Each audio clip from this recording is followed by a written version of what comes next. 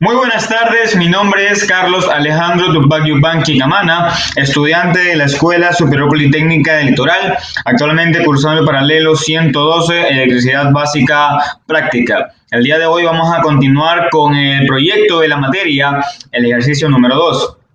Para este ejercicio hemos escogido el capítulo 10 denominado Análisis de estado senoidal permanente y vamos a realizar de este capítulo el ejercicio 19.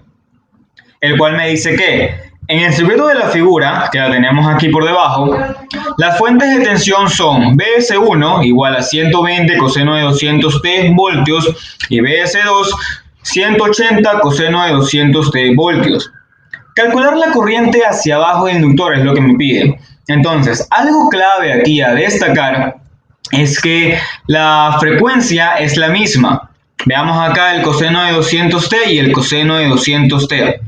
El análisis que vamos a hacer en este momento es propio de tener esta facilidad de que las frecuencias sean las mismas. Básicamente los W serán igual a 2pi por la frecuencia, ¿verdad? Entonces, son iguales. Pero en caso de que una sea distinta, ya todo cambia, todo va a ser diferente, más que nada en el proceso. Bueno, una vez dicho esto, vamos entonces a nuestra aplicación y vamos a simularlo. Entonces, lo primero que vamos a poner es nuestro ground. Vamos a buscarlo.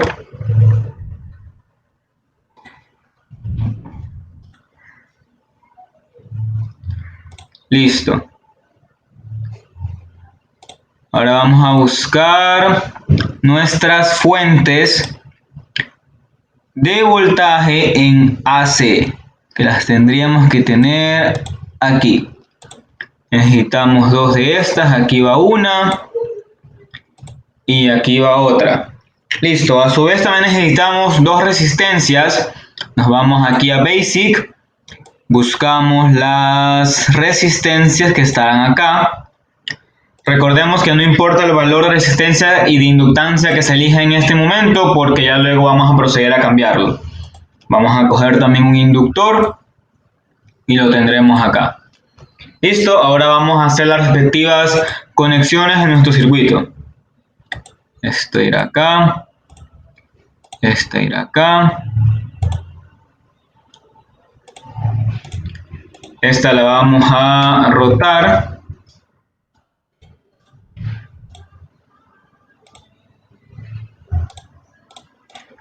Y colocaremos nuestro ground, que es únicamente una referencia. Bueno, entonces ahora sí vamos a colocar los valores a nuestros elementos que tenemos acá. Tal como es el problema, tenemos acá dos resistencias de 60 ohmios y 120 ohmios respectivamente. Y un inductor de 0.1 hercios. Entonces, vamos a ponerlo aquí, 60 ohmios. La de aquí tendrá un valor de 120 ohmios. Y nuestro inductor tendrá un valor de 0.1 hercios. Listo. Ahora, ¿qué va a pasar con las fuentes? Recordemos que estas no son fuentes en DC, estas son fuentes en AC, una corriente alterna. Por tanto, necesitan una buena frecuencia. Vamos a ver un poco entonces los cálculos teóricos para poder hallarla. La tenemos acá. ¿Qué dice acá? Tenemos que, como lo dije en un principio, ya que ambos tienen igual, vamos a hacer un solo cálculo para las dos, ¿no? Tenemos que nuestra W, que es la frecuencia angular en radianes entre segundos, es a 200. Por tanto, la frecuencia tendría que ser 100 entre pi, puesto que W sería igual a 2pi por F. Despejando nos da esta frecuencia y la vamos a obtener de esta manera, sabiendo que la frecuencia es igual a 31.83 Hz equitativamente para cada una de nuestras fuentes de voltaje. Listo, entonces vamos a ver cada una y colocaremos la primera frecuencia, la vamos a colocar de aquí en 31.83 Hz. Listo. Y la frecuencia del lado de acá también la vamos a colocar en 31.83 Hz. Listo. Ahora, vamos a colocar también el valor de dicho voltaje. El valor de dicho voltaje sería respectivamente el 120 y el 180. Lo colocaremos también. Este se conserva en 120 y este se cambia a 180. Listo. Entonces, una vez teniendo esos valores dados, vamos a calcular, me pedían era la corriente por debajo del inductor. Entonces, ahora es cuando nosotros vamos a llamar a nuestro multímetro.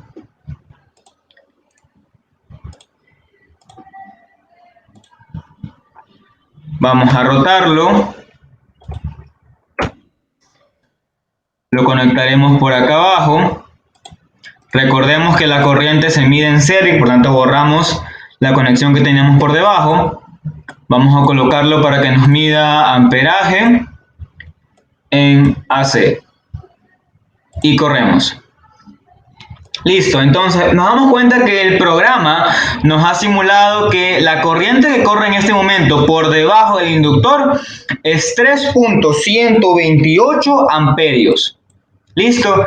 Algo que cabe aportar es que el ejercicio me pedía por debajo, pero siendo esta una corriente en una misma línea, nos vamos a dar cuenta que si la ponemos acá arriba, vamos a también a ponerla, veamos que será exactamente la misma. Así que básicamente me piden la corriente que está andando en ese momento a través del inductor. Obviamente sabemos que existirá una corriente en este lado y va a existir una corriente en este lado. Y esta va a ser la respectiva suma entre ellas. Listo, ahora vamos a proceder a ver los cálculos teóricos para constatar este resultado. ¿Qué los tenemos acá? Bueno, entonces tenemos aquí el problema, el capítulo, el ejercicio.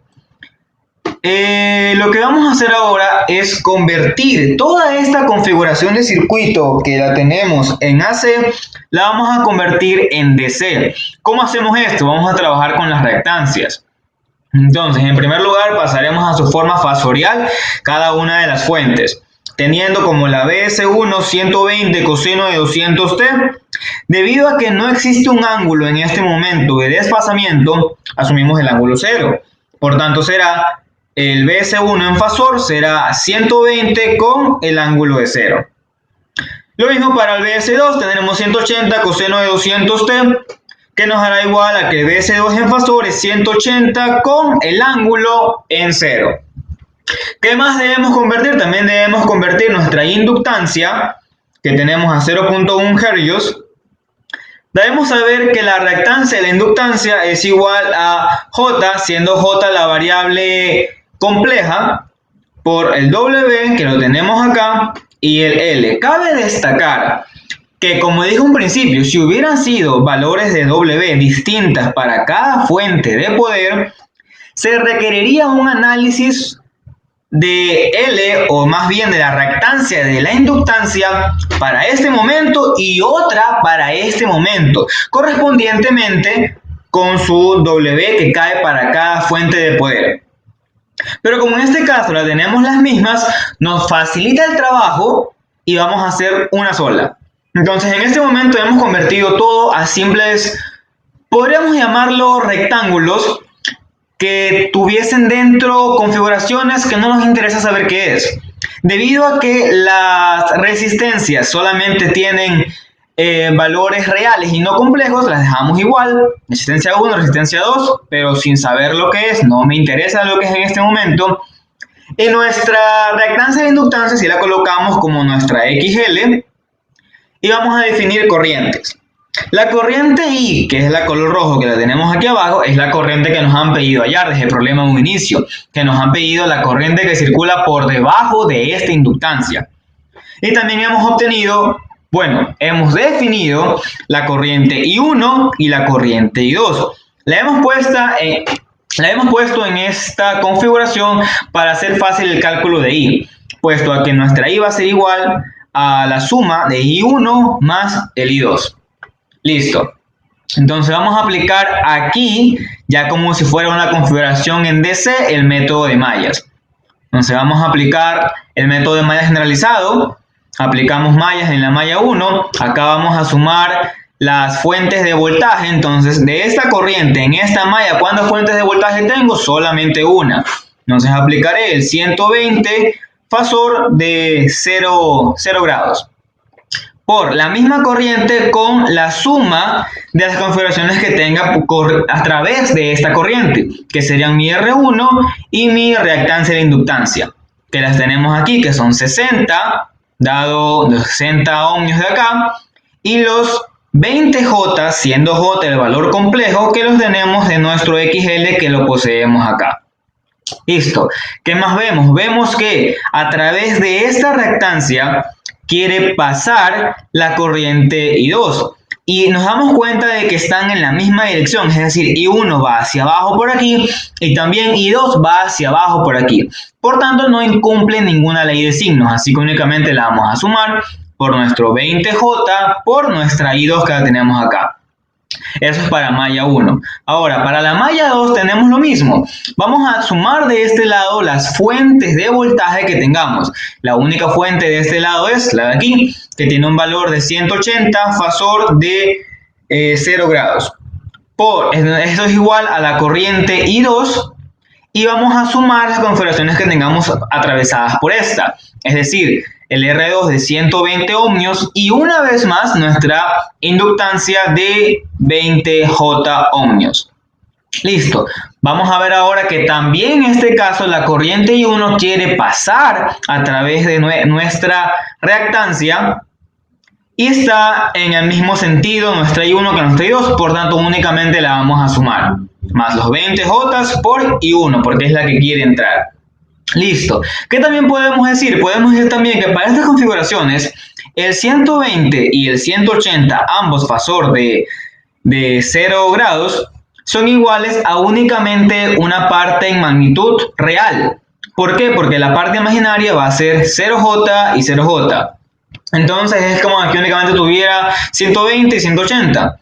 Listo, entonces tengo dos ecuaciones, dos incógnitas. El problema se puede resolver desde ya, pero vamos a aplicar una matriz de Gauss. Poseemos aquí nuestra I1, nuestra I2, en las cuales hemos puesto aquí el 60 más 20J. En el I2 hemos puesto nuestro 20J. Como resultado el 120 ya sin fasor, como lo dije. En nuestra segunda ecuación tenemos aquí el I1 solo con 20J y el I2 con 120 más 20J igual a 180. Iremos a un solucionador de estas mismas y vamos a colocarlos. Definiremos nuestro X1, X2 y nuestro valor de B tal cual lo tenemos acá. I1, I2 y el resultado que tenemos a este lado. Entonces, tenemos acá el 60 más 20i, lo colocaremos en este lado. Recordemos que no se usa el i en estas materias porque se confunde con el i de la corriente. Pero ya en estas páginas, si nos piden únicamente el i, ya no entraría un j.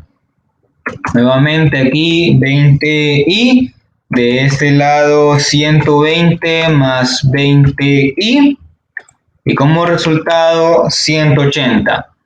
Vamos a resolverlo y nos ha dado que el X1 que dijimos que era la corriente I1 y el X2 que dijimos que era la corriente I2 tienen estos valores que los hemos puesto acá. Entonces sabemos que el I1 va a ser igual a 1.533 menos 0.933 J y el I2 tendrá el valor de 1.266 menos 0.466 J. Vamos a convertirlas a fasor. Para esto usaremos esta calculadora de acá, es la HP Print en un modo software. Tenemos acá el valor de nuestra I1, vean que es el que nos presenta acá, y lo vamos a transformar.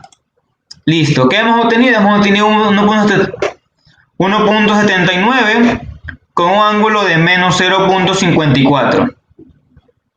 Y también de este lado hemos obtenido 1.34 con un ángulo de menos 0.35. Y eso es lo que tenemos acá. El 1.79 con un ángulo de menos 0.54 y el 1.35 con un ángulo de menos 0.35. Listo. Entonces, una vez obtenido esto, recalco que el W era el mismo para ambas fuentes de voltaje. Entonces acá colocaremos nuestra I1, que hemos obtenido el 1.79 coseno de 200t, y le ponemos el ángulo fasor que hemos obtenido, menos 0.54 grados.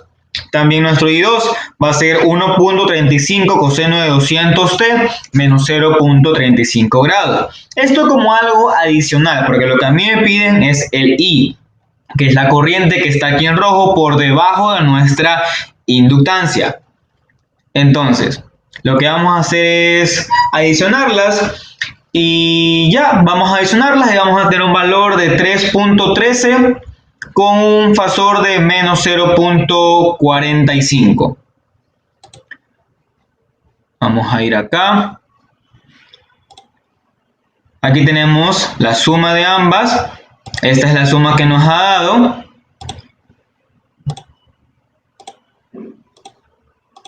Y ahí está el resultado. Es el 3.13 por el 9 que pasa un valor por acá. Y el ángulo de menos 0.46 queda igual a poner 0.45. Son por más decimales. Listo. Entonces, por lo tanto, mi corriente por debajo de mi inductor va a ser igual a 3.13 coseno de 200t, recalcando que es el mismo W, menos 0.45. Y ahora vamos a ver la comparación de los cálculos, ¿no? Tenemos que en la simulación nos ha dado un valor de corriente de 3.128 amperios. Mientras que en mis cálculos me ha dado un valor de 3.132 amperios. Es algo bastante igual, así que podemos asumir que el problema está correctamente resuelto. Y listo. Eso ha sido todo por mi parte. Muchas gracias.